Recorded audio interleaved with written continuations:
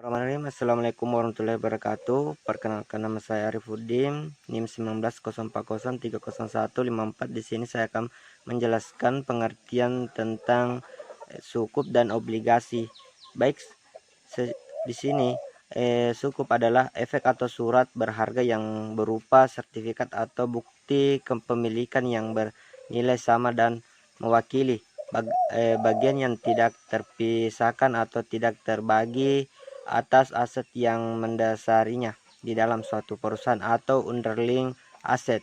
Nah, sementara obligasi negara adalah dua kategori. Pertama, obligasi konvensional dan obligasi syariah. Nah, sukup adalah obligasi syariah, sedangkan obligasi adalah konvensional. Nah, itu perbedaan salah satunya antara lain ORI, obligasi retail Indonesia, dan SBR, Sovereign Bank Retail. Nah, di sini sukup dan obligasi memiliki 5 perbedaan. Yang pertama itu yang pertama dari sifat instrumennya. Nah, obligasi adalah surat utang, sedangkan sukup adalah sertifikat atas kepemilikan atau pembelian aset serta manfaat atas aset atau jasa proyek investasi tertentu.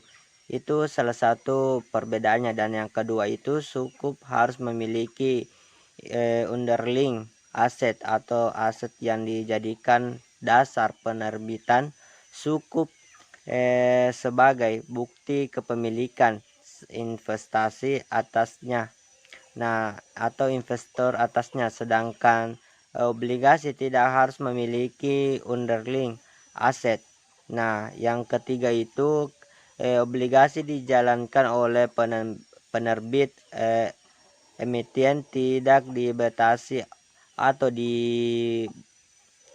dibebaskan boleh non halal, sedangkan sukup harus dikelola dan pendapatan yang dihasilkan adalah halal atau tidak bertentangan dengan prinsip syariah.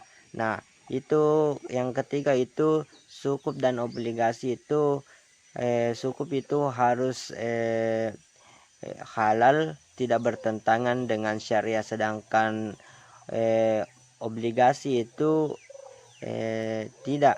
Dan yang keempat itu imbalan bagi pemegang sukup dan belanja bagi hasil atau margin sesuai dengan jenis akad yang digunakan dalam penerbitan sukup. Sedangkan obligasi keseimbangan atas memberikan utang berbentuk bangunan atau kupon.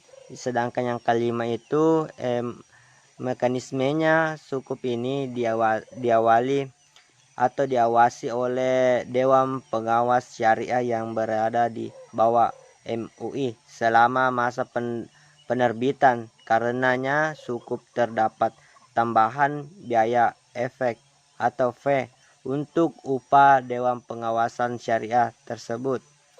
Mungkin itu yang sempat saya jelaskan, lebih dan kurangnya mohon dimaafkan. Assalamualaikum warahmatullahi wabarakatuh.